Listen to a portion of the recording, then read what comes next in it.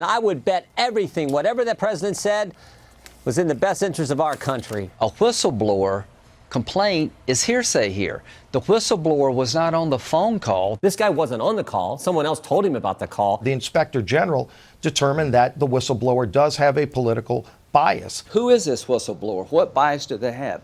Why did they pick this whistleblower to tell a hearsay story? The transcript does not match the complaint. A lot of these accusations have turned out to not be true. It looks to me like another deep state attack. Salem witch trials have more due process than this. They still are not providing the same kind of basic due process rights. Secret interviews, selective leaks. Is that appropriate to ask for a foreign government to interfere in the I election? don't imagine that's what he was doing. The aid was released.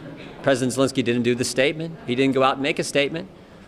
He's committed to no specific type of investigation, so there's been no linkage whatsoever. Both President Trump and President Zelensky said no conditions, no pressure, no pushing, no quid pro quo. We've got the transcript that shows that. The Ukrainians didn't know aid had been held up at the time of the phone call. We have differences of opinion, but more importantly, we have a rule of law. There's no quid pro quo here. The quid pro quo, in my judgment, is a red herring. I appreciate that we have a president who's very transparent about his opinions. Well, I think it's perfectly appropriate to ask a foreign leader to look into potential corruption. It was inappropriate. I do not believe it was impeachable. What I can tell you about the Trump policy toward the Ukraine, it was incoherent.